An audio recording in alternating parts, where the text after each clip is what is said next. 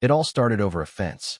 A simple, black metal fence around a backyard pool, code compliant, professionally installed, and frankly, none of anybody's business. But I guess to Karen, everything in this neighborhood was her business. One afternoon, I came home to find cops in my driveway because Karen had called 911. Her complaint? That my pool fence looked threatening. Yeah, you read that right. My name's Marcus.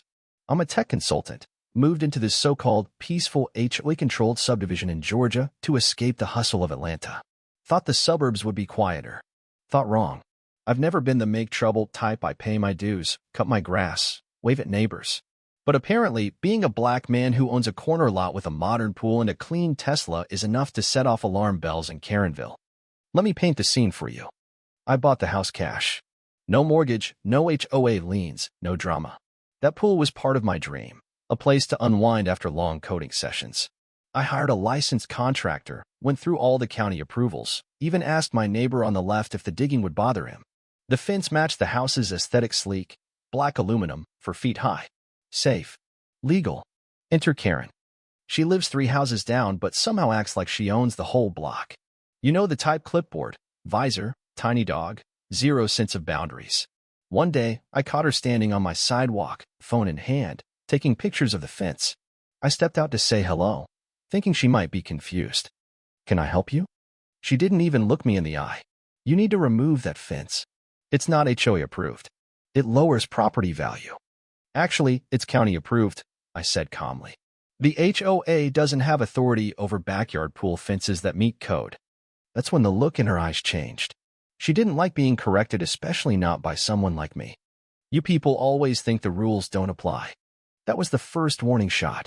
I walked back inside, boiling, but I didn't engage. Figured she'd huff and puff and eventually move on. I underestimated how far she'd go. 3 days later, I was on a conference call when I saw red and blue lights flashing through my blinds. 2 sheriff deputies stood at my door. Karen was outside yelling, "He's got a non-compliant structure. It's a safety hazard. He's threatening the neighborhood." I swear, the look on the deputy's face when I opened the door was pure exhaustion. They clearly knew who they were dealing with. I explained everything, showed them the permits, walked them to the fence. One of them nodded. "This is legit. Sorry to bother you, sir." Karen wasn't happy with that. She stormed off, muttering about calling the HOA board. At this point, I realized something. Karen wasn't just nosy. She was dangerous.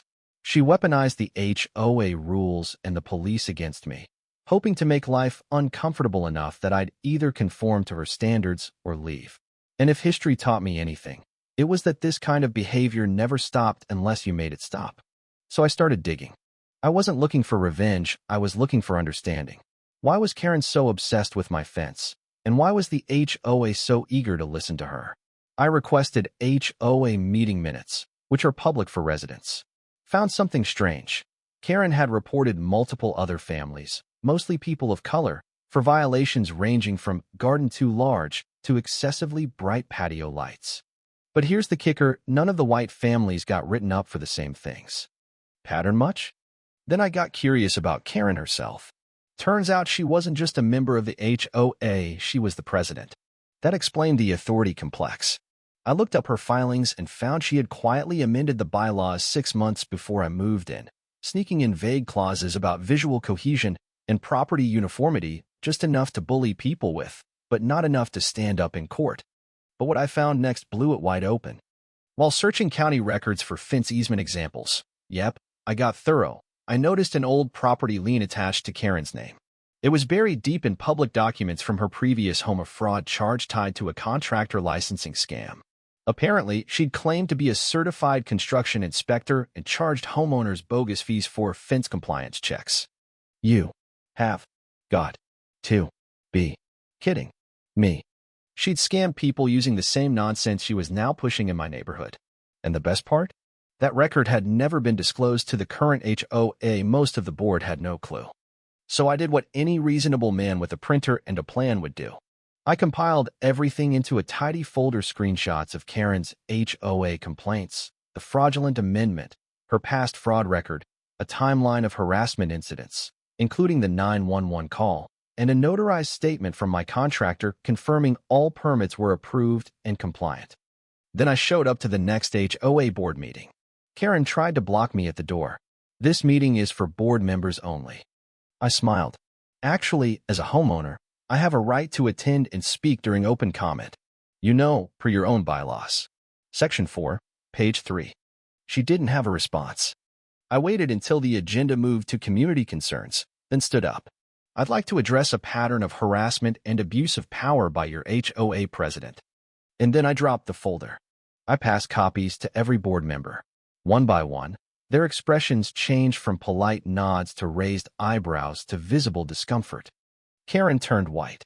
She tried to interject. "This is slander. This man is." "Everything here is documented," I cut in. "You can check the county clerk's office yourself. You've used your position to harass minority homeowners, amend bylaws without consent, and you've concealed a prior conviction for contractor fraud. The fence isn't the issue is you." One of the board members, a retired judge, cleared his throat.